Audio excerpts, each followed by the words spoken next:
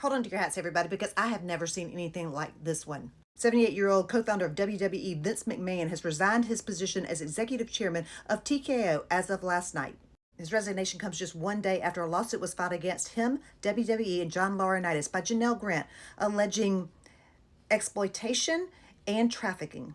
This story starts back in January of 2019 when Janelle had lost her parents and she had lost her home to bankruptcy, and she was in a bind. She had no job, no prospects, no ability to earn an income. And a friend of hers introduced her to this guy, Vince McMahon. According to the lawsuit, McMahon spent months grooming her for a physical relationship, dangling a job over her head, multiple visits to his condo. When she finally relented and gave in, lo and behold, that job came in. She was given a job as an administrative assistant making $75,000 a year. During this relationship, McMahon got her to send him explicit photos of herself, which by 2020, just less than a year later, he was sharing with multiple people. And that is how he began bringing other people into their physical relationship. A description of one of these encounters with a third person is included in the complaint. You go read it. I can't talk about it. It's gross. He left her. He went to shower off. He left her to please his friend, to continue pleasing his friend. And then he came back and rejoined them, still leaving her in the condition she was in. One thing that stands out to me from this complaint is that Vince McMahon's conduct continues to get worse and worse. It's not enough for him to just have her. He starts sending pictures out. He brings another person in. Then he starts using other things like toys and other parts of his body, and she suffers physical injury. But he doesn't care. He doesn't care. He owns her. Now, Janelle is working in the legal department. Imagine that, the legal department. But she doesn't have any training. She doesn't have any duties. She's basically just being there to get her salary and to be there for him. So once some rumors started to spread about the two of them, he transfers her over to the talent department under the supervision of this guy, John Laurinaitis. After multiple people and multiple occasions of people being brought into her bedroom, she probably thought, this might be my saving grace. Not so fast. McMahon instructed her to go over to John Laurinaitis' hotel room every morning to give him breakfast.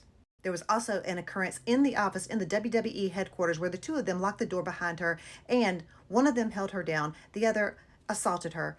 Then they switched places. All of this is included in the complaint. You can go and read it for yourself. I don't recommend it.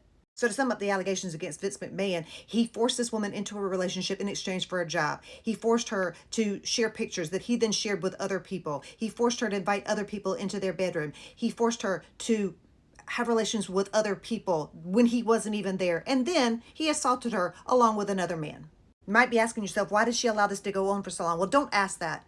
She was given cars, luxury gifts, provided with a $200,000 salary by the end. She had no place to live. She had no place to go. She became his property.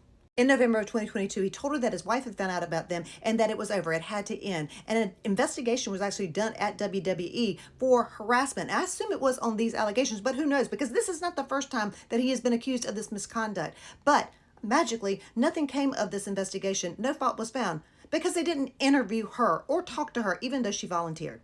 After all of this, he coerced her into signing a non-disclosure agreement in exchange for a large sum of money. He actually paid her $1 million, but more payments were supposed to come. He missed his February 2023 payment, and my guess is that's why you're actually facing a lawsuit, because you didn't hold up your end. And by the way, he also gave her one little parting assault on the way out the door after she signed the non-disclosure agreement. So if these allegations are true, may you and John Laurinaitis rot bankrupt for the rest of your lives.